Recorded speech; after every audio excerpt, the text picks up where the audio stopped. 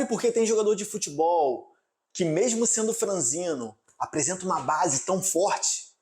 Ele protege tão bem a posse de bola que é quase impossível desarmá-lo na base da força? Ou porque alguns atletas, mesmo com pouca massa muscular, conseguem levantar cargas mais altas que atletas mais hipertrofiados? Um exemplo muito famoso é o personagem Anatoly. Ele chega na academia, se passando por faxineiro, aparentando uma certa fragilidade, né? E desafia pessoas muito maiores que ele. Ele gosta de abordar sempre os caras que estão treinando com as cargas mais altas, né? Aqueles pesos absurdos. E às vezes até acrescenta algumas anilhas e coloca o ego dos caras no bolso. É muito bacana o conteúdo dele. Então, o que acontece com esse jogador de futebol e o Anatoly? É uma demonstração de que a força funcional não depende do tamanho do músculo. Hoje em dia, o que eu mais vejo são muitos artigos e postagens falando de hipertrofia, supervalorizando a hipertrofia, o tamanho do músculo. É óbvio que a hipertrofia tem o seu valor. Se eu tenho um atleta com um percentual de massa muscular muito abaixo, pode ser importante melhorar essa condição. Mas de uma forma geral, com relação ao jogador de futebol, o que você prefere? Um treino para ganho de músculos, ele ganhar uma certa força, mas ter que carregar mais peso durante uma partida, já que ele vai ter a massa muscular aumentada? Ou um treino direcionado para o ganho de força funcional e melhorar a capacidade dele para lidar com cargas elevadíssimas sem precisar desse peso corporal extra? Se a força funcional não depende do tamanho dos músculos, ela depende de quê? Da capacidade dos músculos trabalharem coordenadamente em conjunto, fazendo a transferência de força ou energia, retirando a força do solo, permitindo que ela passe por todo o corpo ou por parte dele e direcionando para o ponto desejado sem que haja desperdício de energia nesse trajeto. Dá uma conferida nesses exemplos aqui, mostrando como que a força sai do contato com o solo e percorre todo o nosso corpo.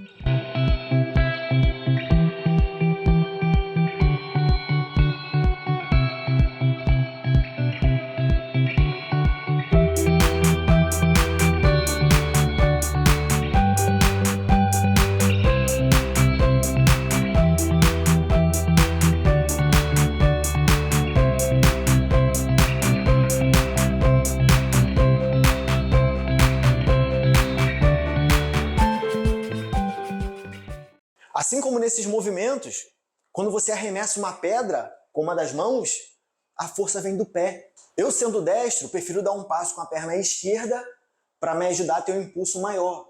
Mas no passo com a perna esquerda, quem impulsiona o meu corpo para frente é o lado direito. É o pé direito que empurra o chão para trás para o meu corpo poder ir para frente.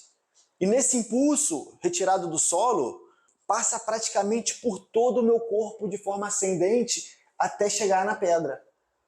No nosso lado dominante, esse movimento é mais organizado, coordenado, por isso a distância e a velocidade que a pedra alcança é superior ao lado não dominante. No lado não dominante, falta coordenação, a transferência de energia não é tão eficiente, ela se perde pelo meio do caminho, por isso a pedra não vai tão longe.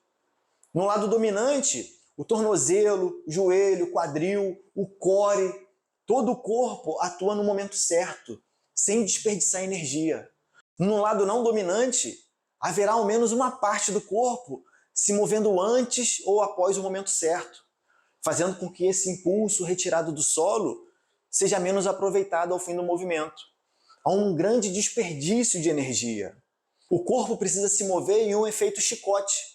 Se você faz um movimento na extremidade, uma corda ou um chicote, a força aplicada no início dele vai passar por todo o chicote como uma onda, até chegar lá na outra ponta.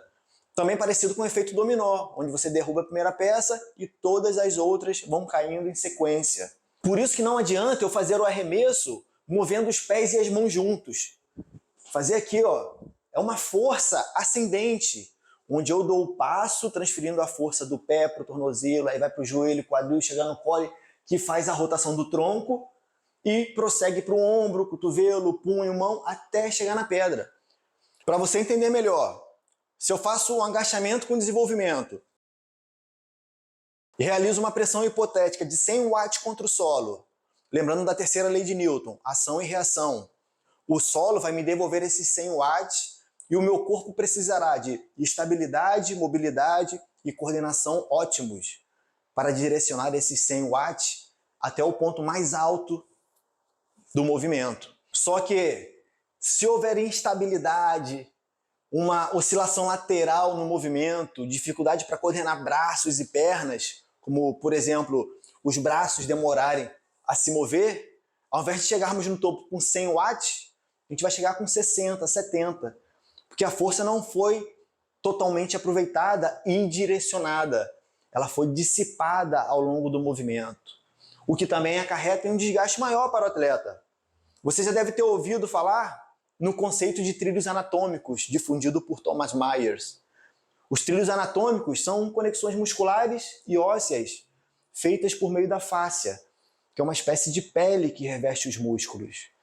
Nesse conceito, os músculos são considerados trilhos, os ossos são estações, mas a pergunta que fica é: quem é o trem ou o vagão que percorre por esses trilhos? É a força ou a energia. Por tudo isso que os movimentos integrados são de extrema importância na preparação física, para todo tipo de esporte que seja necessário correr, saltar, vencer disputas corporais. E o que são esses movimentos integrados? Integrado é o oposto do isolado. No integrado, a gente trabalha diversas partes do corpo ao mesmo tempo. Vários músculos, articulações, ligamentos, tendões participam do movimento, transferindo energia e retardando a fadiga. Como no próprio agachamento com o desenvolvimento. No isolado, a ênfase é em apenas um grupo muscular, com pouquíssima transferência de energia e acelerando a fadiga. Normalmente feitos em máquinas que estabilizam o corpo, assumindo uma função que seria do core. É o core que tem que estabilizar. O reto abdominal, oblíquos internos, externo, lombar, glúteo médio, entre outros, eles que deveriam fazer essa função. O que me faz considerar a musculação tradicional o berço do core. Ele fica ali dormindo. No máximo, rola para um lado, para o outro, dá uma espreguiçadinha, mas não faz quase nada, é pouco estímulo. Enquanto o treinamento funcional bem aplicado é o playground do core. Ali ele se desenvolve de verdade dentro das funções presentes no esporte, transferindo energia entre a parte inferior e superior. Vai aqui de baixo para cima, de cima para baixo, para os lados, nas diagonais, o que exige do core uma combinação de rigidez e movimento. Experimenta fazer o máximo de desenvolvimento em pé com halteres, até a falha. Quando não houver mais força para levantar o peso, deu aquela travada aqui, não está conseguindo mais subir, você faz um pequeno agachamento e tenta levantar esse peso mais uma vez. Você vai ver que se torna possível quase que dobrar o número de repetições. Alguns vão falar que isso é roubar. Para mim é integrar, é conectar o corpo. Para o atleta de futebol, é melhor treinar para fadigar rápido ou treinar para o corpo dele aprender a transferir energia e prolongar o tempo de atividade, retardando a fadiga. O movimento integrado, basicamente, é a maioria dos movimentos feitos com um ou os dois pés no solo e com a carga nas mãos, ou pode ser nas costas, mas vai ter essa combinação, uma carga aqui pelo meu corpo e os meus pés conectados no solo. Outros exemplos de movimentos integrados podemos ver nos levantamentos olímpicos e suas variações, tanto que era comum a gente ver o Bolt fazendo movimentos de levantamento olímpico na época que ele tinha um recorde mundial, e movimentos com kettlebells, arremessos de bolas, pesos livres, educativos de corrida. Quando o atleta faz aqueles drills na parede ou em caixas, ele faz uma corridinha, avança, estabiliza as mãos nas paredes ou os pés no caixote. Tem também aqueles que ele simula movimentos de corrida com as mãos já apoiadas na parede. Tudo isso é para direcionar ou afunilar a força para um ponto específico, sem desperdício de energia. Tem uma frase que o Gary Gray fala: quando os pés tocam o solo, o mundo muda. O futebol é um esporte com os pés no chão, então treine com os pés no chão. Não adianta ir para a cadeira extensora, para a flexora, achando que vai te ajudar nas funções essenciais do futebol. São exercícios onde os pés ficam suspensos, quadris flexionados, só uma articulação se move, isoladíssimo. E na cadeira flexora, por exemplo, a musculatura posterior da coxa, ela realiza a flexão do joelho.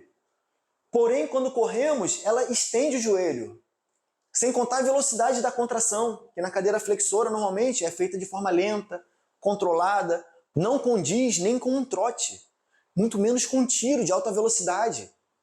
Aí me vem um atleta de futebol que teve uma lesão nos isquiotibiais, vulgo posterior de coxa, e me diz: professor, não entendi porque eu lesionei minha posterior de coxa. Eu estava fortalecendo ela por 3 meses. Consegui dobrar a carga nesse tempo. Comecei com 6 placas e já estava conseguindo levantar 12 placas.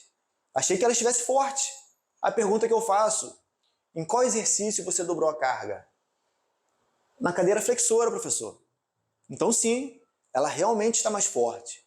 Mas ela está mais forte na cadeira flexora.